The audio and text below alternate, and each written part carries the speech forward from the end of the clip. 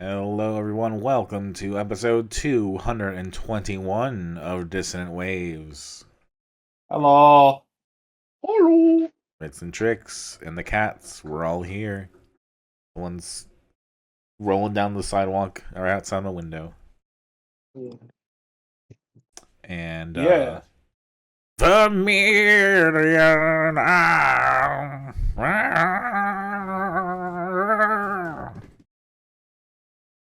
Thanks, Dominic. Beautiful.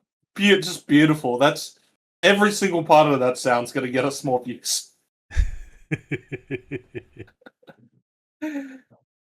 Anyway, it's another week. It's another set of things to talk about. Another set of albums and EPs. Yeah. This week, Trix, you had us play a game, and we chose volumes 1 through 6 of Doom Sessions, which is... Excuse you, it's 1 through 666. Well, yes, 1 through 666 of the Doom Sessions. Fuck, I forgot to listen to 662 of them or something like that.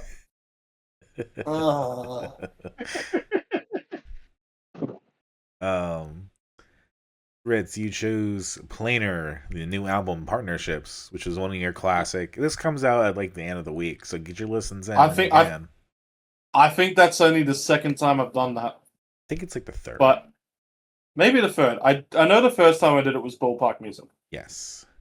I feel like what was the second time? Shit. What would the second one have been? You know, there was one time where you told me to release the remix album. Yeah, we did that.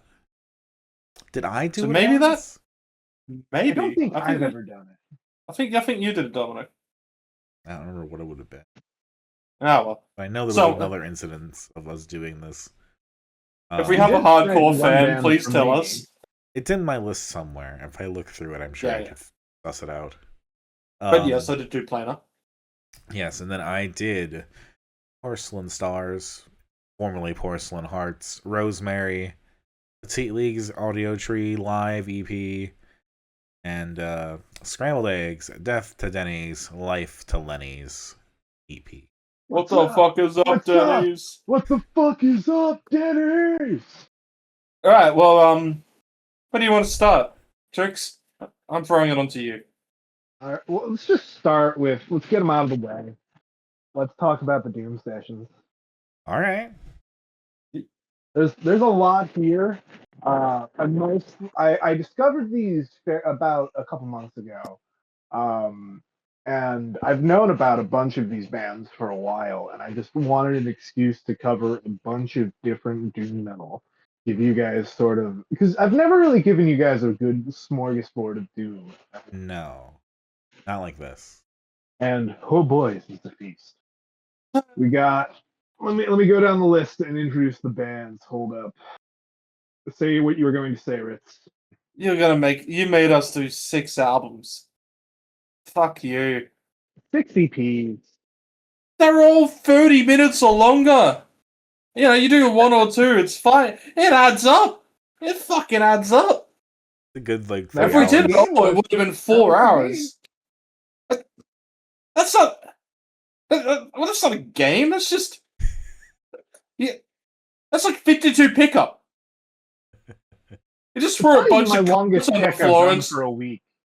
You threw a bunch of cards on the floor and told us all to pick it up. It wasn't a game, it was a prank. Well, was there anything in it that you liked? Oh, the 17. Was it 17 or 16? I already forget 16. the name. 16. I added a number. That's how much fucking... That's how long it went. There's 2 numbers. Well, let me go through all the bands real quick. We got Conan and Deadsmoke on Volume 1. Conan was not anything else except this playlist, from what I could see. It was on the original release, but it was already released before on a as a single in like 2018, I want to say. Okay, so I didn't listen to the Conan track. Well, you missed out because Conan fucking rocks. I'll have to. Undebatable. I'll have to listen to that for the next week.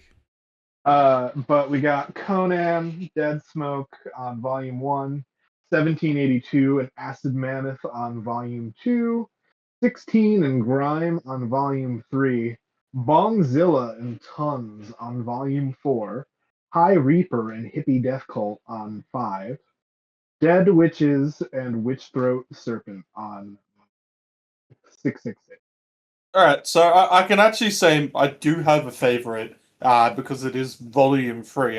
As I said, 16 I thought was like a highlight. Tear It Down actually got me pretty fucking hyped. And the grime tracks, right back.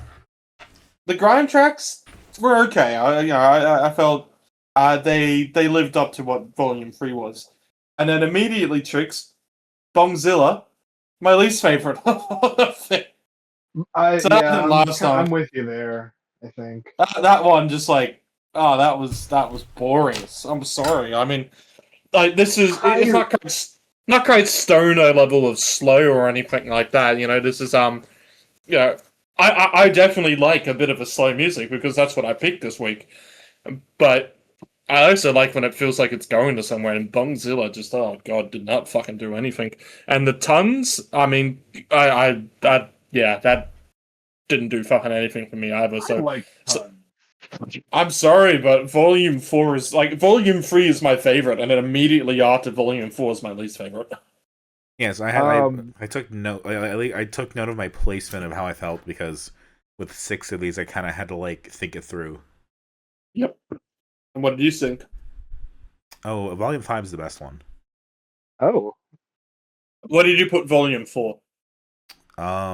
Above 2, but those are my bottom 2.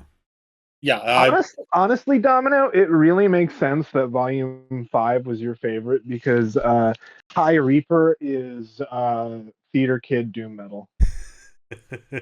Yeah, I wasn't too big into Volume 5, but I enjoy it more than Volume 4. I enjoy Volume 2 more than Volume 4 as well. I would say Volume 1 was okay. Yeah, Volume 1's like good mid for me, but I have not listened to the Conan track, so they might change it. I don't know. Yeah, I think the Conan track's better than the Deadsmoke tracks, in my personal opinion. Okay. Yeah, that Conan track rips. And I don't know, Volume 666 is one of those, like, it still drags, like I think a lot of doom metal does, but like I think I at least respect those artists and how they kind of tackle this genre compared to a bunch of the other ones that are on here. I give Witchthroat Serpent a lot of credit for just doing the Jonestown tape. Fuck it, why not? And the fact that I could know what that is without ever listening to the Jonestown tape. When they start talking about killing a congressman, I'm like, oh fuck, that's what this is. Oh shit. Well, we'll have to get some grape flavor aid. Yeah, I think I'll put Volume 666 like below Volume 3. And then I'd probably put Volume 1 below that. Then I reckon I'd probably put Volume 2, then Volume 5, then Volume 4. That's where I go for the ranking of all of this that we've listened to, which is incredible that I'm even ranking all this, since a lot of it was still quite of a drag to get through, but that's just how I feel about doom metal sometimes. I'm 5, 6, 6, 6, 3, 1, 4, 2. I am 2, 1, 3, 4, 6, 5. 6, 6, 6, 5. Interesting. This was the Hippie most Death fun. Cult was good, but High Reaper just was not it for me. I thought they both were among the best. Like Vermilion Iron and Torrent Infinity are some of the best tracks here. Well, that Volume 5 was the true just washover for me, I felt. You probably disagree, but whatever. I mean, the biggest problem is listening to 3 hours of doom metal and doing other stuff with it. Light work. This is the most fun I've had with 3 hours metal. of doom metal for breakfast, Ritz. I mean, most people who are heavily into this genre probably do more, actually. So, yeah, that's fair. And I mean, if we actually talk about, I guess, what Doom Sessions is, which I haven't really researched, but I don't think it matters too much. I mean, none of these bands are like the kings of the genre in the sense of like they're selling out arenas or anything like that. Like so far, it seems like the biggest song out of any of them on Spotify has 3 million plays, which in the grand scheme of things is fucking nothing. But that's, I guess, what's cool is that it's just a bunch of the bands in this genre all, I guess, during splits is basically what it is. It seems like Heavy Psych Sounds kind of asked them all to like, hey, can you give us some tracks? Yeah, I think that's what I think it started off as a COVID thing. Yeah. It went through like I'm 2023. trying to find a Hard Times article that's like Doom Metal fan needs more Doom Metal throughout as he listens to more. Basically comparing it to drugs. Like I said, this is the most fun I've had with Doom Metal, possibly this entire time. I've not in a long time. Mm-hmm. Because there was just so much, like so much. I really gave a playground of Doom. And like I think the thing, with listening to Dope Throne and Sleep and Sabazius, it's like you get it, and I enjoy some of those memories very fondly. So I'm going to interrupt and just say I do now know which one's the most popular of all these doom metal bands. Trix will Either probably Conan know. or 1782. According to streaming numbers, Bongzilla. it's Bongzilla, Oh yeah, that makes sense. which they were one of my least favorites. They were So also one of my least favorites. I'm upset by that. I love Conan, and I feel like we need to do more Conan because they're like a real caveman doom band. They tune down to like A sharp, and it's just some of the most brutal riffs about a wizard you've heard. Like there is so much on display. Like even like some of like the 16 stuff. Like when we get to like Noxera, oh that was sick, right? And then it's like you listen to Grime, and it's like, oh, Sick of Life, that goes harder. Like that really goes for it. Holy shit! And you kind of have this constant like rise and fall of like this one's all right, like Dead Witches is fine. Like I like it. But then it's like, all right, Hippie Death Cult, that's really something. So there were only 8 of these released, and since the last one was in 23. Yeah. Yes. Which I'm kind of shocked that they just haven't continued, since this it is a cool idea. But I guess when they were doing physicals and stuff like that, the cost probably sunk them. Probably. I mean, I looked at their Bandcamp, and they do have a bunch of other like samplers and compilations. So it's not like they stopped doing it in general, but this. And I don't think they just do doom metal either. Right. But they also they seem to be like a record label for some of these bands, just releasing stuff in general. And it's based in Italy, which makes so much sense. Yes, this is very has European. Italian perversion written all over it. Like 1782, very French. Yes. Like you could hear it in the way they sing Bloody Ritual. I posted something in the chat about his guitar tone, about how acid is. It's so good.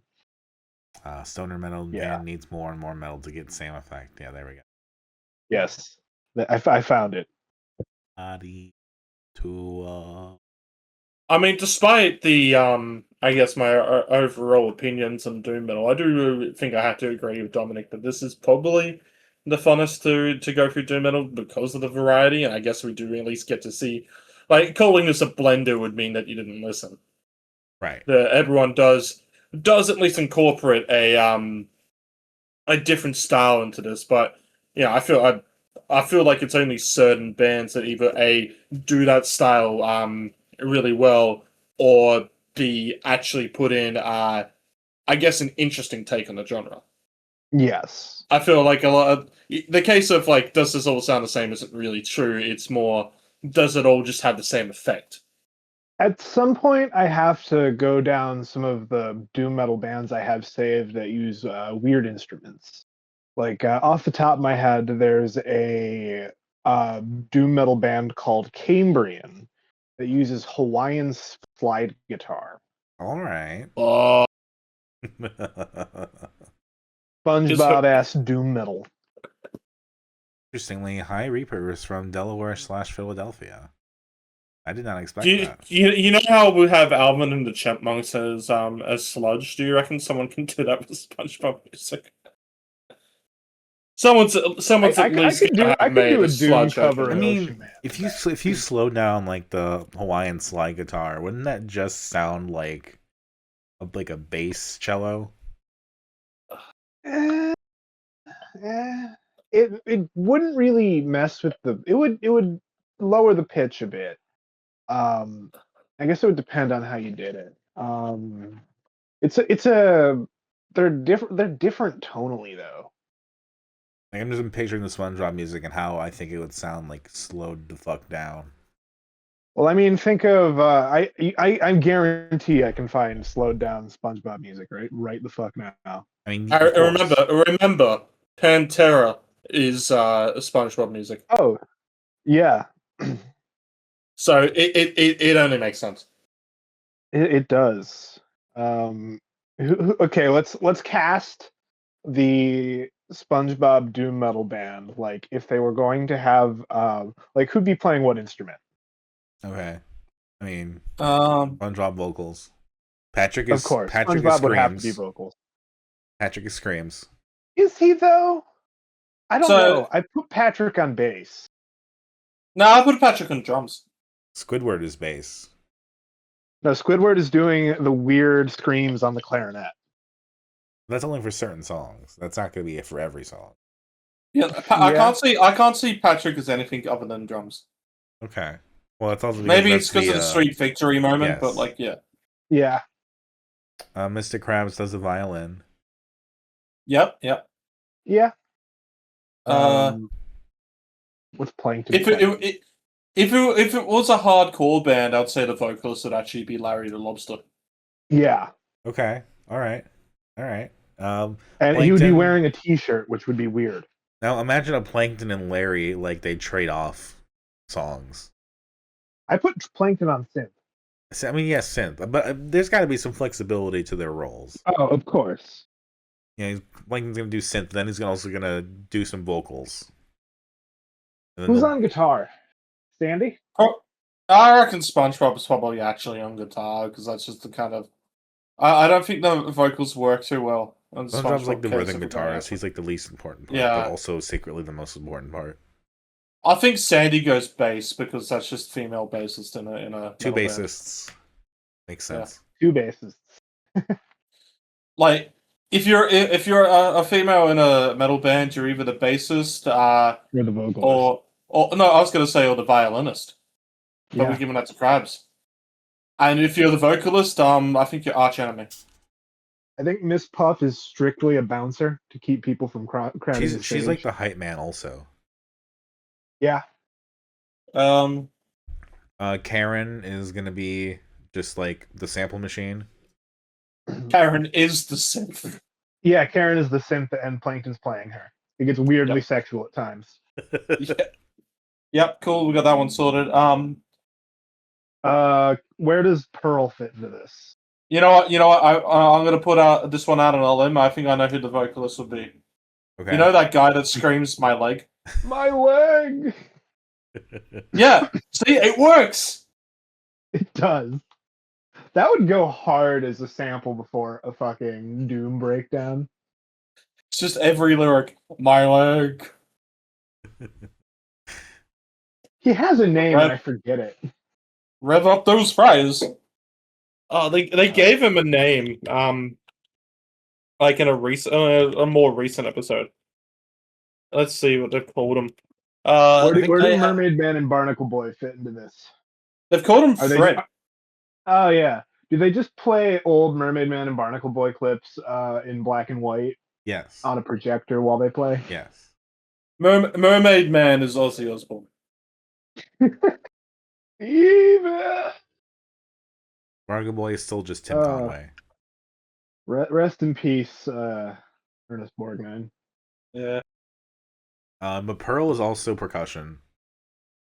Specifically the triangle, but also other things. Yeah, fair enough. I think that's your other weird instrument player. Alternate percussion, like banging on a big oil drum. Yeah. Yeah, I'm just thinking back to the violin, and I'm thinking there is only one band I've ever seen with a male violin player, and that was Double or Nothing. I mean, do we count? Well, we definitely could count Gingerbread. I saw this. Yeah. I didn't see At some Gingerbread. point, we need to cover Metallica's S&M. Do we count Tyler? Because Tyler plays violin. Yeah, I didn't see Tyler play it. we saw. Is a thing. We saw him play it with Home Wear. Yeah, that's true. So I thought Tyler goes by they, so I guess they're like a non-binary, but I could be wrong. I have no idea. That's so actually, that doesn't count anyway. That's something I've actually been trying to figure out because I don't know. What does it say on the when in doubt, search up the Instagram bio. It doesn't say shit. I don't know. I don't even know about the Double or Nothing person. But that's just the point being that Krabs being the violinist makes a little less sense just because of that stereotype. Yeah. But I think that's like the fun part of it, right? You gotta have a little bit something spicy in there to like give it some oomph. Are we forgetting any characters? I mean, what if Krabs plays? What if Krabs just plays the piano though? That would feel like spicy. Yeah, the really like beefy man playing the piano. Wild card, Fairman. I could see it. I can see. Oh, what is the Flying Dutchman do? Oh yeah, Flying Dutchman is just gonna show up and intimidate everybody. Okay, so he's the hype because he's the ghostly presence that the Doom is about. I was gonna say Fred My Leg is rough. Is kind of cleaner vocals, and the Flying Dutchman is the raw vocals. Ooh. Bubble Bass. No. Who do you think's buying the merch? Not him.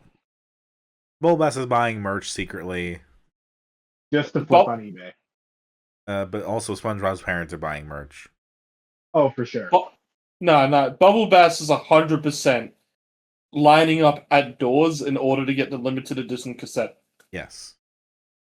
Yeah. Let it be known that Bubble Bass also does not own a cassette player. I say, as I owned 1, 2, 3, 4, 5, 6, 7, 8, 9, 10 cassettes without owning a cassette player. Yeah, I don't own a cassette player either. I think we drafted it pretty well. Yeah. What the fuck were we talking about again? Doom sessions. This is SpongeBob chat now. Hey, I mean, if we're applying SpongeBob to Doom sessions, why not?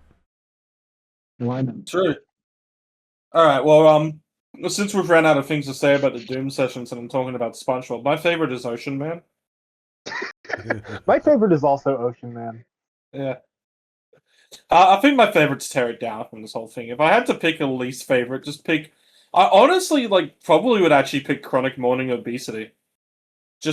I don't feel like that needs to be 3 parts. Yeah, I like that more than the Bongzilla stuff. So I know, but I feel like that's a specific moment where I can go. You're kind of just trying to do the same thing 3 times. I don't know if I agree, but sure. Favorites for me, I'll go Beheaded by Conan, Bloody Ritual, 1782, Tear It Down, 16. I'll do 1 from each. I'll do all of Chronic Morning Obesity as a favorite. Towards Infinity, and Cyanide Laced. Got to give it to the Jonestown sample. I'll shout out. I'll shout out Cyanide Laced as well. Hard to say. I want to listen to the Conan one before I deliberate more on Volume 1 because the Deadsmoke stuff was fine, but it's good. It's fine. It's not super stand out to me. 1782. It's good. I liked it fair enough, but it felt like a lot of the same stuff I've heard before. So I think that's kind of why I didn't like Volume 2 as much, because it felt like the most normal. But decent stuff. The Acid Mammoth stuff was fine too, but didn't seem as special. Great. Tear It Down, Nox Error, I particularly liked as well on the 16 stuff. Sick of Life from Grime. I do think Bongzilla was my least favorite overall. Just nothing really came from that for me. But I think Chronic Morning Obesity is fine. It's different parts. It feels almost artificial to put it in 3 parts. You just make it 1. It doesn't really matter. But I really like Reeper Vermilion Iron's stuck in my head. Will be stuck in my head for a while. But like even the Hippie Death Cult stuff was good too. Like Towards Infinity is also a really solid track. And I think Volume 6 overall is pretty good as well. Cyanide Lace is of course standout because of what we said. Yeah. All right, Dominic, where are we stopping next? Let's talk about Petite League. All right. We've covered Petite League pretty much every year on this show. I think maybe we skipped a year because there was nothing new, but Yeah. one of our longest and most consistent bands that we've covered. This is Absolutely. the first time I believe that they've done a live thing. And like have released live stuff in like an album or EP context. I believe so too. And I saw Petite League the same day that this was recorded. They did a show afterward. That's when I saw them. So I was always very curious how this turned out because I saw the show afterward, so I know how that turned out. Trix, I'm curious what you thought. I can't hate Petite League, but I can definitely tell that like Lorenzo is straining singing. Yes. Like noticeably. Noticeably, yeah. Which was very intriguing to me because that was also during the concert as well, but it seemed like, okay, I can understand if you're doing the Audiotree concert, I get it. But if that's kind of more of like that was that whole day, that just sucks. I feel bad. I'm gonna give him the benefit of the doubt though, and assume that he had a show the night before too. Probably, yeah. So, but it sucks to have like I'm sure like that day where it's like it's just not fully coming together like you want it to. I think it sounds fun. I know it's different to the album stuff, obviously, and I haven't seen a previous live show, so I can't compare. But this being the first kind of live version of the vocals and it being kind of in that lower register, I think it stands, especially when the songs have a slight different arrangements in their live versions. Which is like something I like about Petite League is that they were willing to just kind of do those different live versions and kind of just make the songs like go beyond what's on the album. Yes. But I think what I'm talking about, at least when I'm talking about, like, it's not that the vocals are lower necessarily. It's just that sometimes you just hear his voice catching. Yeah, there is a bit of it. I can agree, but like it sounds almost like he was crying a lot the night before. But and it's kind of like but he still sounds like young and teenagery, but in a different way. So it's still achieving a similar effect. It's just kind of different, and I don't know. It is. Yeah. Like I'm sure I'll be honest, I've only listened to this thing like 4 times total. I listened to it once when it came out and 3 times for this week. Yeah. I'm sure as I listen to it more, it'll grow on me and I'll be like, oh yeah, I get the charm. But for right now, I'm preferring the studio versions. My one exception, I think, is Not Always Happy. I do like this version more. That's fair, but that's also like a almost 10-year-old song at this point. Maybe it is 10 years old at this point, I think. Yeah. Not almost happy was 2015, wasn't it? Yeah.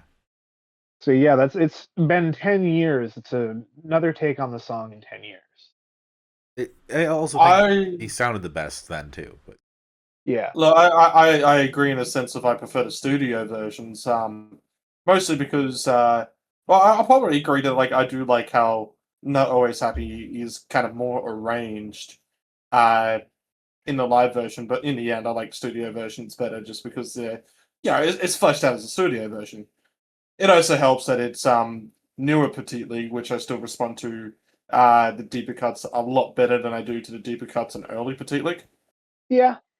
You know, Rain Dogs, one of my favorite songs of last year. I do think it is just in the sense of I guess off Dead Stars City tours, so I've probably got that fucking wrong. Yes, you got it exactly right. Beautiful, I got it exactly right. Off that album, I thought it was a great highlight, and it's good to see that I guess Petite League also agree, or that it is one of the songs to carry into their live performances from the album, because historically, when I've looked at the set list, they haven't agreed with me. Yeah. And like I It like is interesting to see because I think once Joyrider came out, we predicted that there would be a third dog song. yeah, I remember that. Yeah, It's it's still the wild to best of see dog that song. it's stuck around. I don't think we would have said rain dogs, but it was like sun dogs, moon dogs, and something else. Galaxy I, Dogs, I think. I would have posted like space dogs or earth dogs. Yeah. We don't have the archives anymore.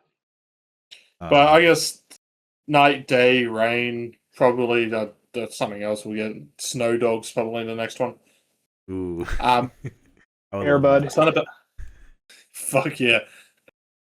But like, if I look at the favorites that I've had from the previous two, which is Hurricane Shimmy and Naked, I don't think they've played those ones live, or at least often.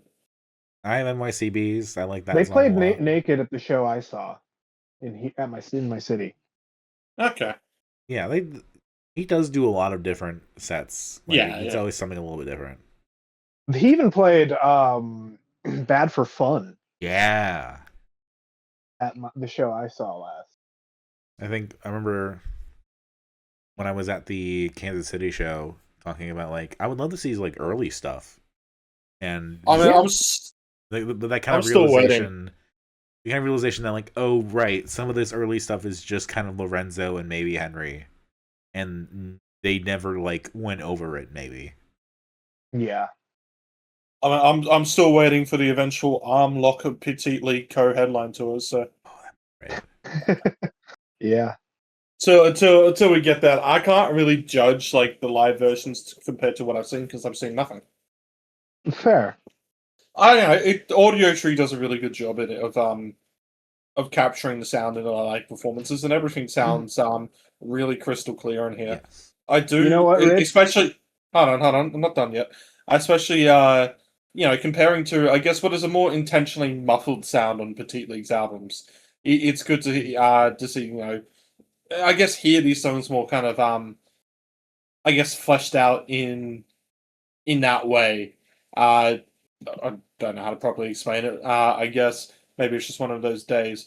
But it really appreciates exactly like it helps appreciate exactly what these songs do and why I like them when you see compare it to like Metamorphos Of course, from that's studio what I to was live just version. thinking. Now I definitely prefer the live version of Metamorphos more than the studio version just because I think Metamorphos is a true case of a concept now actually being lived out. Whilst these, I feel like on the album they are still fleshed out, just in a different way. Right. Yeah. It's cool to hear these different versions and see just what else these songs can actually do. It's It's a good little EP. I mean, it's it is just a live set. It's not supposed to be anything else other than that. And Audiotree obviously releases all of their sets in Spotify for people to listen to, right. or on YouTube Music or iTunes and stuff like that. It's how to get the money. It's fair. That's Unlike I don't think I got anything else to say. Yeah. unlike the start session, they didn't delete any of the songs as far as I know. Because they only did the Muffled from the Sounds of the Ocean on the YouTube one and not the EP version for whatever reason. Mm-hmm. So. Oh yeah. Respect to Audiotree for keeping what seems like all of them in. Yeah.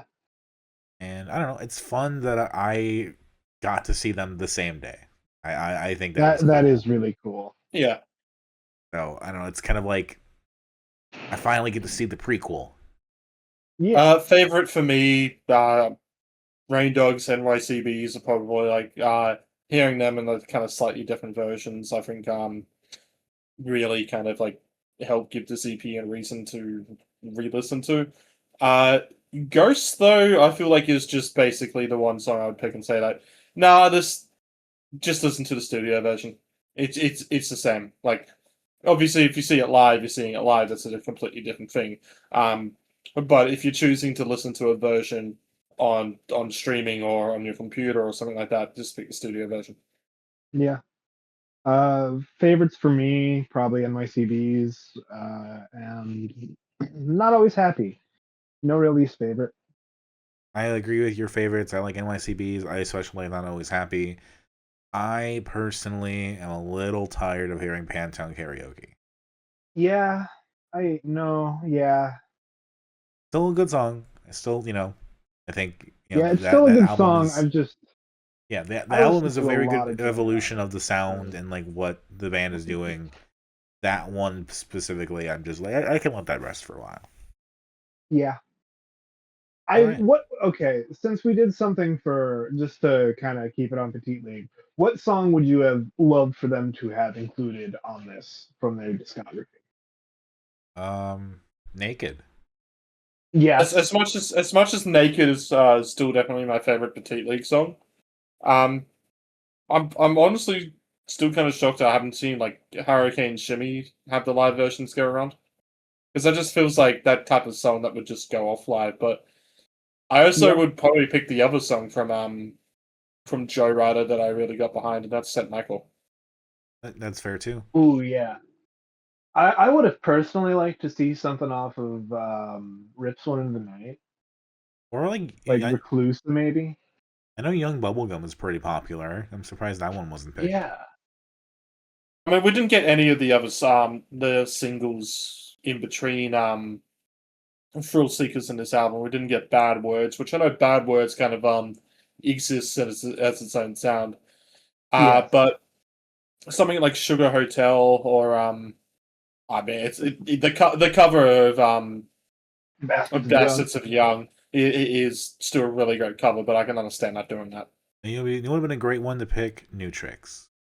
Yeah. Yeah, that's a good song as well. I'm gonna go listen to Joyrider once we finish recording this. As you should. Good album. It is. They haven't had a bad album. Still curious where they're gonna go next. I feel like this is more of an exciting place to be than they've ever been. The answer is get your fucking ass over here, Lorenzo. Yeah, do the Armlock co-headline tour. I'm gonna see you next time you're in a city close to me, Lorenzo, for sure. I'll tell Armlock next time I see him to just use that run for cover money. They won't listen to me, but I'll tell them. All right. Shall we go on to probably combine Scrambled Eggs and Porcelain Stars because they're kind of related? Yeah. Yeah. Go ahead. Yeah, Porcelain Stars is the kind of the new direction that the Ginger Bee Collective is going in. This seems to be more of a project, the Rosemary album at least, featuring Denny, who does like the screams on Ginger Bee stuff, as well as, various people coming in. Nicholas Garza on the violin, James Cook, of course, doing a lot of work. So, and Gustavo's here and there. So there's some of the same people, but also a number of different people. So it's cool that they're still doing stuff even if Ginger Bee is done. Yeah. And as we were doing this, I also knew that Nicholas Garza, the violinist, had a band or two before this, and I found Scrambled Eggs, so I tacked that on. So, Porcelain Stars is definitely supposed to be the next part of excuse me, of Ginger Bee, because Asteria's just Pinhole Blank and Sun without the screams. Yes. Yeah. It's fun they can kind of just redo that. Yeah, it's not a comparison, it's the same riff. Yeah. Yeah. It's cute, but I liked it better on Pinhole Blank and Sun. Yeah. That being said, I respect that Porcelain Stars is not Ginger Bee 2. It is. Yeah. And I guess a spin-off in a sense. Maybe it's it's Ginger Bee's fucking Fraser or something like that. We'll call it. I think Ginger Bee's Fraser. I mean, I don't think we know exactly why Ginger Bee, is stopping being a thing. But if I take it to mean that maybe Gustavo doesn't want to be the leader necessarily, this gives, a lot of those people the chance to do something else, but still kind of work together. Because I assume this was made in a similar way. Like, I probably assume so too. Like the Discord work together kind of thing. I mean, I do come out of this album appreciating what they're going for more than I do find a reason to go back to it, which I feel like is going to be a very hot take. this year in the kind of more scrams emo scene because there is a lot of hype already from, I guess, the in the know about this release. It's fair. It's definitely not generic in this No. space. It's doing its own thing, and that's Yes. why I definitely come out caring for it, but I don't come out loving it. I don't love it like And I can't apiary. properly, I can't properly explain why I don't. I don't know. Maybe it will click or something, but I'm not something in the way that the sound all comes together. Like the most memorable moment for me is Asteria, just because it was Pinhole Blankets Up. I mean, yes, but man, the most memorable moment to me is the Roy Orbison cover. In Dreams, it's just such a pretty song, and they do a really, I think, a really good version of it. It's different, but it's still the same song. But I think that and Endless Dreamless kind of has a similar style to that. It's like this Baroque pop, almost classical, but still incorporating scram sometimes. It's kind of like going further than what Gingerbread was doing with kind of combining like some like samba and, you know, a lot of different things with emo and screams then. I think it's a good example of why, like with the Scrams directory, we don't just have screamo in there, because you do have releases like this which don't have that, I guess, reliance on screaming. Right. We'll call it. Yeah. But it's still undoubtedly emo. Yeah.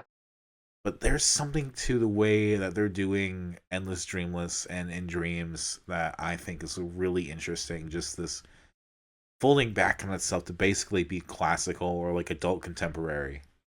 But you kind of get it there. is interesting. And it's like the end of like a journey through every other genre that you've seen to this point. It's all kind of condensed together. Yeah. It's I don't know. I just didn't get that same kind of love from this. I maybe one day I will. I think this is obviously a big part of discourse that's also happened is that whole Porcelain Hearts, Porcelain Stars, and Yeah. I am without a doubt fucking so pissed off that I even have to go through all that. Yes. And I hate that that's kind of like what I might remember a lot of this for, because it's still a good listen, but I don't know, it's just something's just not hitting for me, and I can't.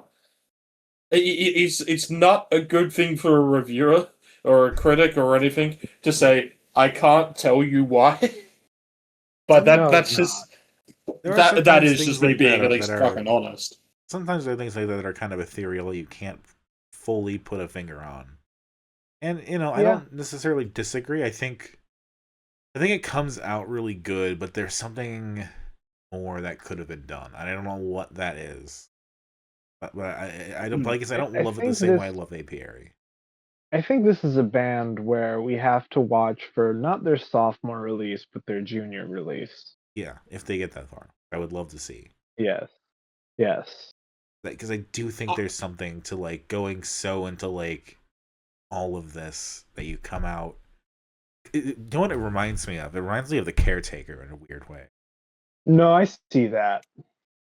Like it's nostalgia and it's distortion of nostalgia, but like not through literally distorting records, but just through all these it's like implied layers of just music knowledge and things you've listened to.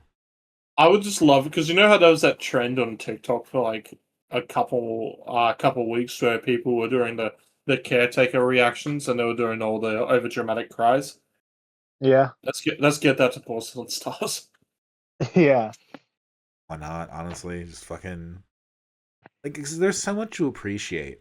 Like if you like music and you like how like bands are constructed and you listen to like the violin and there's upright bass being played, clarinets.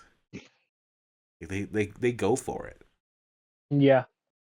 They kind of bring in different people. Like the people from 40 Feet to Go are here doing stuff. That's really cool. I've interesting, but just not something I really listen to on a regular basis. Yeah, I'm I'm most inclined to just agree with Trix. I think this is one of those. It's always rough, and I'm going around in circles, and I always go around in circles. If you are not used to it at this point, then I don't know, find a different podcast. It's one of those ones where it's definitely carving out its own sound. It's potentially even going to be something that that kind of starts, I guess, a new direction. That bands kind of drift off to and stuff like that. Not much so a new wave, but just like how the wave evolves, kind of deal. Yeah, I could easily see that happening with this. I could, even if it's not the one that people end up being as a legacy, it's going to be one of those kind of moments or something. If it does happen, it may not. It could go anywhere else. And I still do like enjoy it when I listen to it. That's not even the kind of like, I guess, outcome. It's not like I'm bored to death or anything like this, but it's just once everything is all said and done, having listened to it, I just don't come out having like really changed from 30 minutes before I listen to it. This will do numbers with the Pinterest girlies in 5 years. I think it'll benefit from having more to compare it to. Yeah, I think there's a vision here, because like the silent film aesthetic, the nostalgia stuff, the way the cover is done, they're going for something. It's like the Bandcamp says collaborative Wicca chamber pop outfit, and that's kind of it. But also, I think there's even more. Like there's like a 1920s feel to it all. Yeah, I can kind of agree. There's something about that that's exciting to me. Very curious. Definitely. I don't think I could give a favorite or a least favorite of this. I'm not going to call it a blender or a cheese sandwich. It's just from my takeaways or from it. I feel like properly giving it any of those titles, I just wouldn't feel like I'm honestly describing it. I'd call it a cheese sandwich. I think the last 3 tracks, sadly the last 4 tracks, if you buy it, In Dreams to Madonna to Endless Dreamless, are really interesting. In Dreams is a wonderful cover. Endless Dreamless is one of the other highlights of the album. I do like other stuff like Hecate's Embrace and Asteria, but of course Asteria is also kind of a Ginger Bee thing as well. But it's like a goodbye to Ginger Bee and like a soft launch of something else, so it kind of plays into that. And it's interesting the way that songs can kind of talk to each other, and one song can be one way, but then also be a different way. And it's cool. I like it. No least favorites necessarily. Now the fact that we haven't talked about Death to Denny's, even though we put it up at the same time, goes to show that I don't think we really care too much for the Death to Denny's. Not to say that it's bad. It's kind of a cool instrumental emo album. Yeah, but that's it. It's this one. I can at least a lot more say. I guess kind of say what it is and know what I'm talking about. On it and just go that it was cool to listen to, but I can safely say it didn't really do anything. I mean, yeah, it was a high school project, Yeah, it's fine. And I guess they realized, hey, maybe we don't do vocals, and that's fine. Yeah. I think I almost was like, is this the same Nicholas Garza? And then you hear the violin, and it's like, oh, of course it is.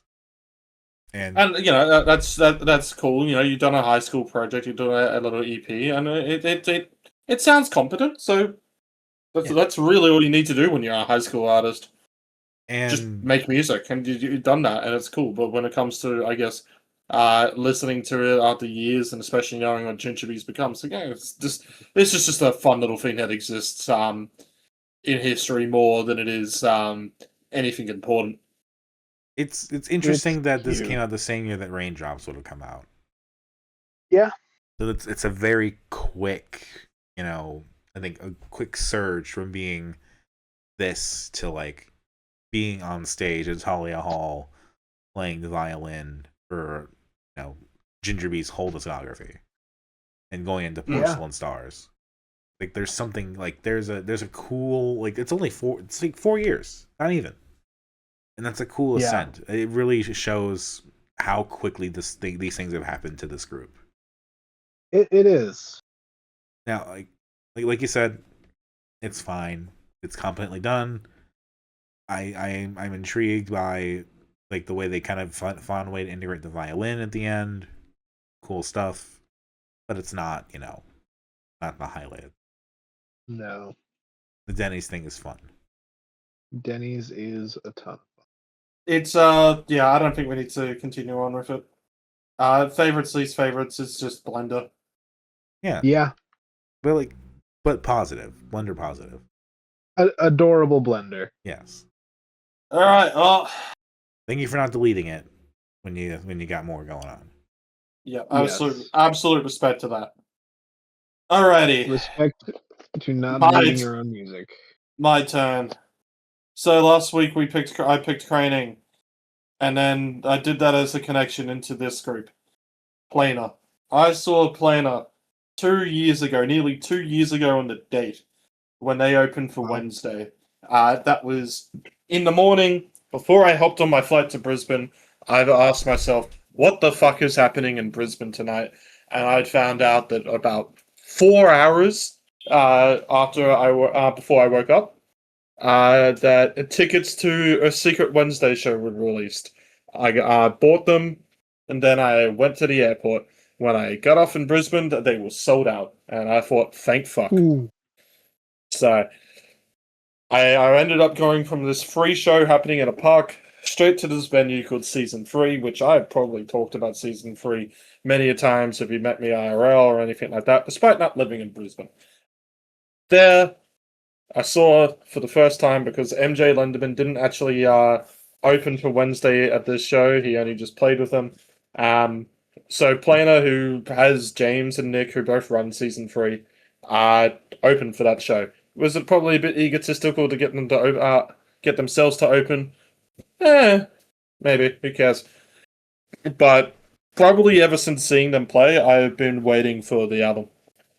And after 2 years, as they even say, I think they said it in an Instagram post, they had 3 labels that were interested in releasing the album, which they've had ready since late 24 to try and get physicals out. But for one reason or another, and I do at least know for one of those reasons, it's there was nothing Planer could have done there. All of them had to drop out. So I remember speaking to Nick at the Craning show and asking about the update on this, and he just said, "Yeah, no, we said fuck it, and we're just releasing it independently." Hell yeah! Because they've been waiting way too long to try and get it. They're hoping at some point they can do physicals. I must say, for any vinyl manufacturer out there, please, for the love of fuck, just talk to this band. Yeah, this was worth the wait. Yeah, it's good. This is great. It's not. That's the thing of the week. Like if we're talking, it's the thing. Yeah, it is. I talked about Sover being a Sonic experience recently. This is that, but more. Yes. If this is an album of the year by the end of this fucking year, then we've had a really good year. Yes. I don't think this will be mine, but it will be on the list. I don't think it'll be mine either, but it was still. It's currently mine. This is by old fucking rumored new Windhand album, so that might be mine. This is by old definitions of the word slowcore. Yeah. Yeah. It's things take their time absolutely on this, but it does the one thing that I always love. It just pays off. It feels like everything's actually going somewhere. It feels like it's actually constantly moving, despite it doing it at a slow pace. So it's like it's worth the slow pace because you know it's going to get there. I mean, it's a slow pace, but it also feels like a very fast album. Yeah. Like I've 8 songs at an hour. It's 6 songs really with 2 interludes, but I've burned through this so many. Like I listened to it the 3 times, but I feel like I burned through it each time. Like I looked, and it's like, oh, I'm already on list. Jesus. List, which was the single that was released in 2024. Back when I guess they thought that this would be out a lot sooner. Yeah. I mean, when we talk about outros, just holy fuck on that song. Yeah. Yeah. List is just a jaw-dropping song in my fucking opinion. I mean lyrically going into basically just a very kind of personal. It took me a while to kind of like, I guess like properly read what was actually happening in those lyrics, but it's basically this person having a mental breakdown over a friend's suicide.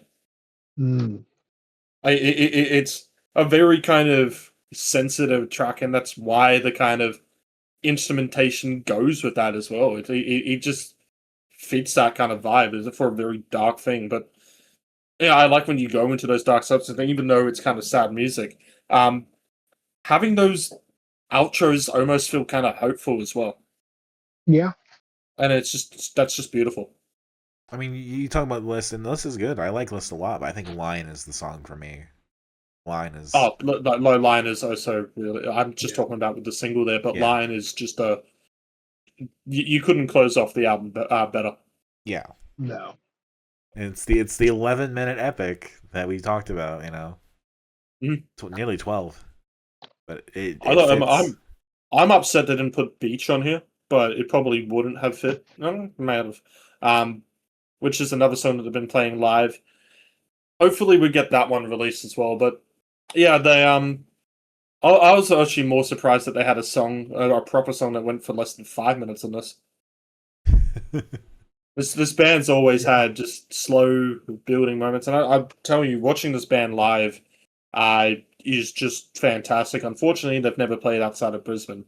For a while, they hadn't played outside of season 3, I'm pretty sure. But it's just watching how tight... Like, this is a genre where you basically have to be tight, and they just are. Yeah. And it is a really beautiful experience to kind of just, I guess, just stand there and listen. Because they're not playing big enough shows for you to properly sit. Right. But, again, this is just one thing you listen to through. Yeah. Like, yes, you can listen to it individually, yeah, but I think that the experience is benefited by just letting it play. Sit down and listen. Yeah. It's so unified and so tight. Yes. God. I mean, we've been training ourselves to be really into slowcore, I feel like. We have. And probably, yeah. Like, Ritz, you've definitely helped that a lot with the last couple of years. But, like, after Sabazius, you know, anything is possible. I guess so. Like, when you get excited at the 8-hour mark that you finally have vocals, or at least that's what I did. Like, songs like these, it's like, oh, this is nice. I have successfully bullied you guys into thinking that 4 minutes you're muffled there. I have successfully bullied you guys into thinking that 4 minutes is long and is short for a song. I mean, I've always... It is comparatively to this album. Yeah. I think it's always... Yeah, I mean, like people that only like songs that are short, it's like, come on. There's so much you can get from this stuff that if it's long, it just lulls you in. It transports you. It does so much more than just being a 2-minute song. Yes. I mean, we also talk about, like, kind of, I guess, the outro of this album and how it really pays off, but it's not like you need to go from the very start of this album to the end to start. I mean, even the proper opening track, Port, I feels like is like a song that truly evolves in a way that I'm saying and has those build-ups and those payoffs that just really fucking hit. Yeah. And it's... I actually took some of the time to go into lyrically about this album, and you can see the kind of the themes that go onto here are, I guess, what we'll call depressing in a sense. I don't think this is a true kind of like depression album more than it is kind of a sad album. You know, there's a bit of a difference. It was an album that was made Yeah. over time, and it feels like it. Yeah. It's more of Yeah. the sadness of time, the sadness of moving on and healing. Yeah, I would definitely agree. I mean, Port basically seems to have this kind of whole theme of regret going on with it. Yeah. Yeah. You know, it's not like this kind of it's not like it's what's a good comparison to kind of make. It's almost not like every other fucking band that's in the scene, which includes all the Scrams bands and stuff that do darker lyrics and stuff like that. More than it is, I guess, just I don't know. It feels just a lot more like down to earth kind of It's sad, sadness but more than it's, it is. More than it is, accepting. yeah. Mhm. More than it is kind of like I'll compare it to Elizabeth Whitington, which is venting. I'll call it. Yes. As Sarah's written on there, you know, a lot of the thoughts are written to express the thoughts more than it was to romanticize it. Right. Which is Whilst this isn't that kind of level of sad. right. I'm gonna say it's probably why some of that stuff is really buried on those tracks. More about just getting it out than making you experience it the same way. But yes, this is crystal clear. This is like, how unified it is just so impressive to me. Yeah. Because the songs sound different, and it's a well-paced album. All the tracks go together. All the tracks feel like they were made to be the different parts of this one album. And I cannot imagine what that's like crafting that since 2013. Yeah. No, it's definitely been a while in the making. You know, a lot of the members of this band are have been around for a while. Not just in 2013 in Planar, but which I don't think Planar's actually existed in 2013. I think it's just that the song ideas have. But this isn't a bunch of young kids doing their first emo record, and they managed to get it right the first time. This is a true experience on display, and it shows. When this is like probably one of the most matured records that were done, and what I would call the Oz Scram scene. I'd definitely call them adjacent, seeming as season 3 itself has done so much for the community in Brisbane alone. It's like someone finally afforded them a chance to do their thing after they've given so many chances to so many other people. Mm-hmm. It's like the craftsman who only creates one music box every 10 years. Yeah. That shit's like the best thing you'll ever see. Yes. I'm trying to remember which artist it was that did the album. A Tribe Called Quest. When they put out that album, We Got It From Here, Thank You For Your Service, when they came back after all that time.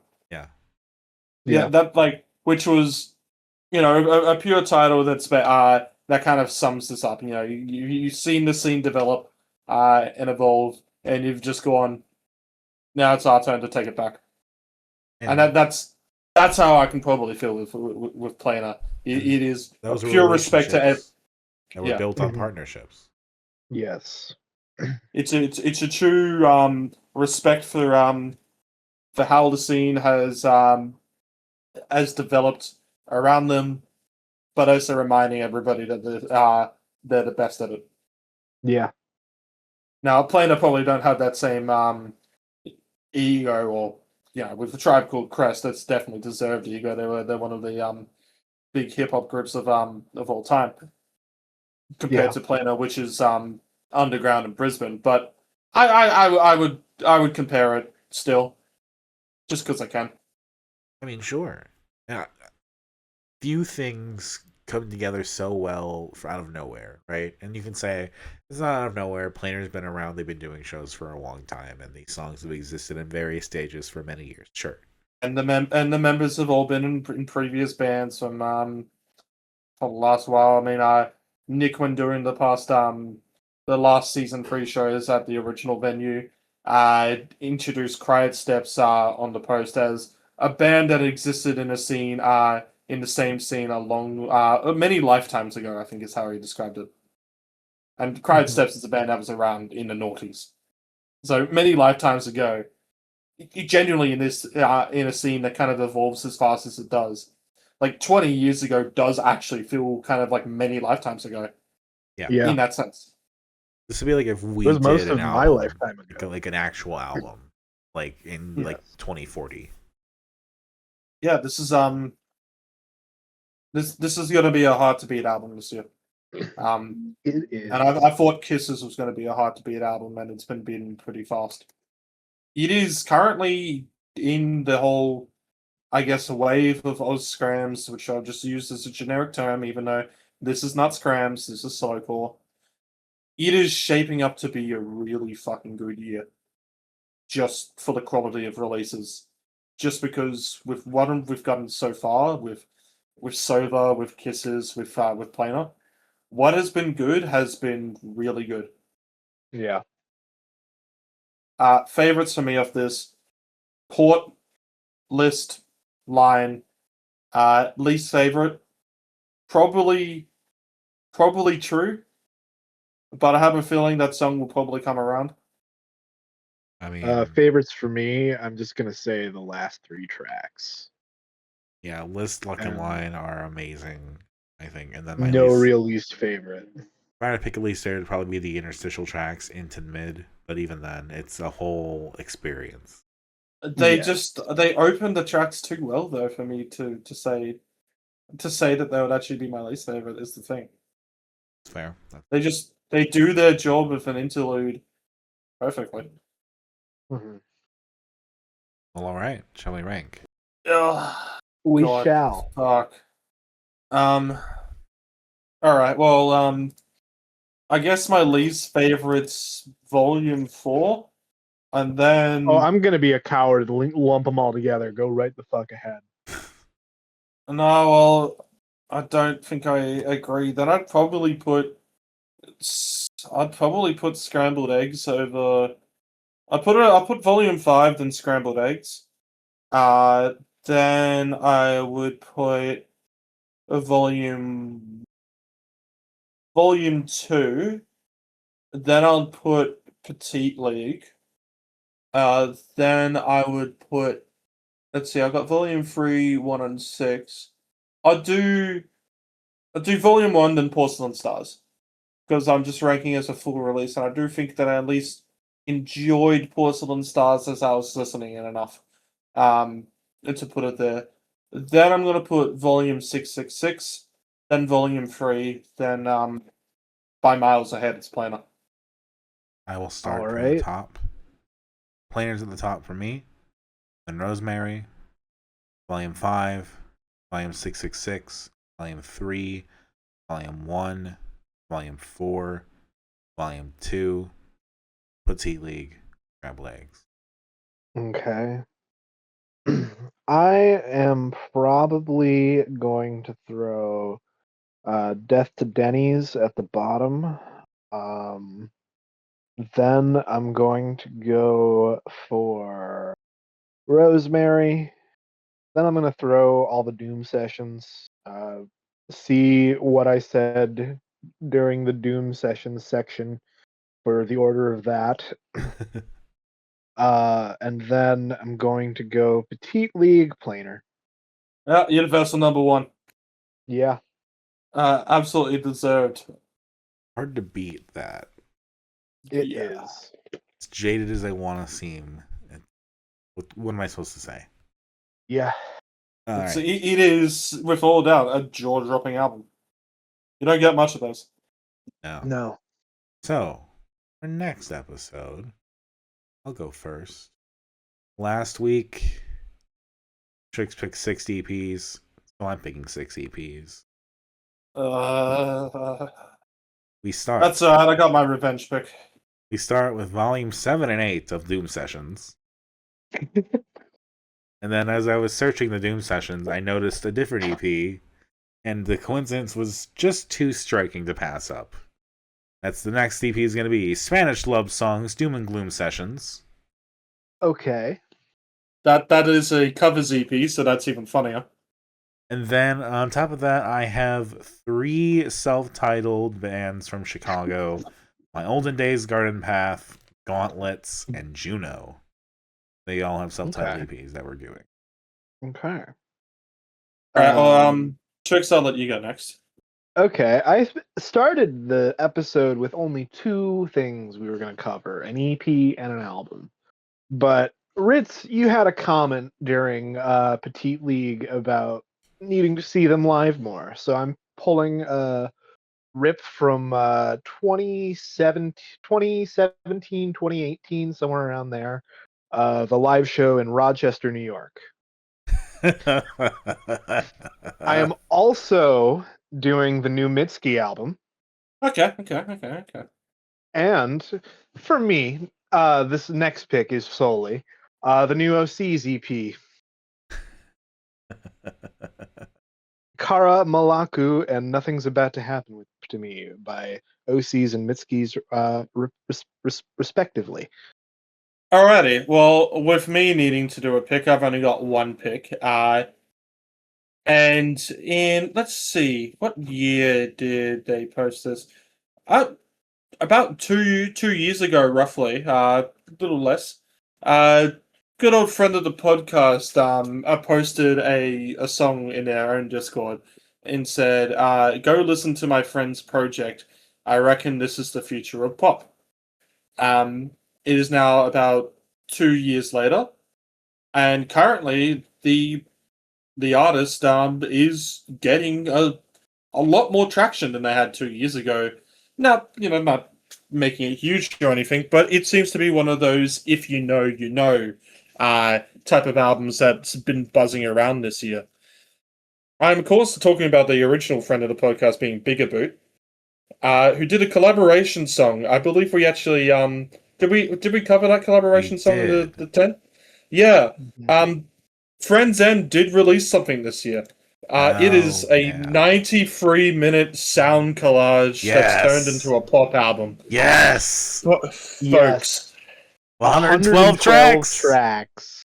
112 tracks. Are you going into soup mode, Domino?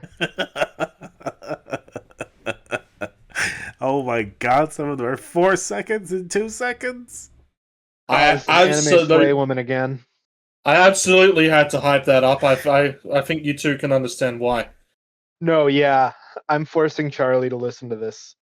Yeah, this is if I say too much about the sounds, I reckon I will probably kind of like ruin some of it.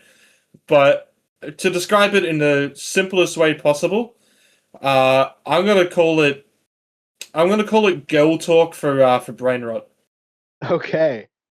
Even got the plainer thing of this started as a Facebook message sent on 11:55 a.m. on June 16, 2017. If you look at the citation consultant, if you look at the citations, you will ruin it.